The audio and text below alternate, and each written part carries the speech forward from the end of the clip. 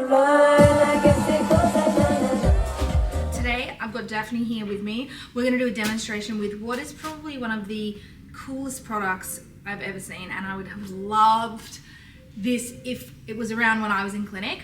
And I think it's going to make a huge difference for vets doing surgery. So what it is a patient support mat. Basically, you put it down on your surgical bench, just like I've got it down on here, or wherever you might be doing a procedure.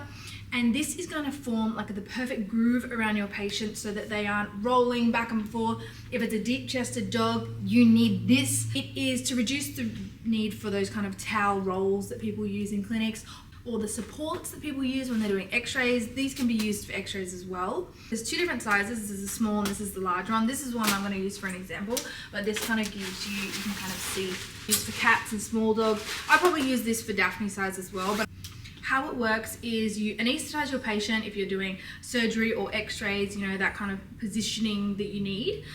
You anesthetize them, intubate them, position them, hook them up to their anesthetic, get them all prepped, and then we want to secure them in that position on the mat. Quite often that it's going to be in a VD sternal kind of position.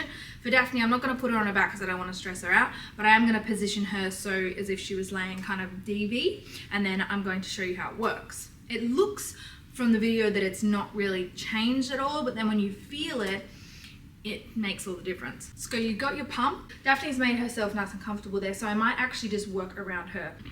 So you can see that she's nice and snug, and you can see that it's kind of tucked in around her. It's essentially like a big beanbag. So it's nice and floppy all around here. You can move it. So now I'm going to use my pump and I'm going to remove the air. All I need to do is really easy. Remove this grey cap like this. Attach the pump to the end like this. I would probably do this when your patient is just kind of settling into their anaesthetic. I would attach all my monitoring equipment and things like that first. All of the air has been removed. And so her little body, can I lift you up a minute? And it's formed this perfect kind of position where her body was. Like the perfect indent. So if she was laying on her back, it's not only supporting her back from being on a hard table with this kind of beanbag effect, but it's holding her in place as well.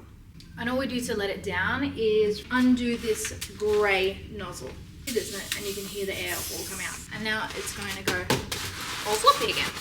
And then you can reposition it for the next patient. I might do a demonstration with the small one with Daphne on her back because she's quite relaxed right now.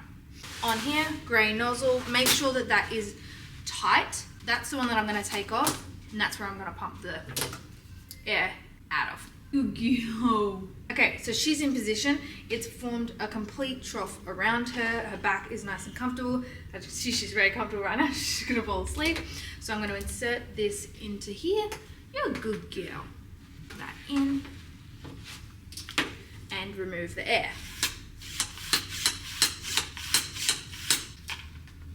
And this memory. I'm going to take that off, place that back on, and I'm going to take you off.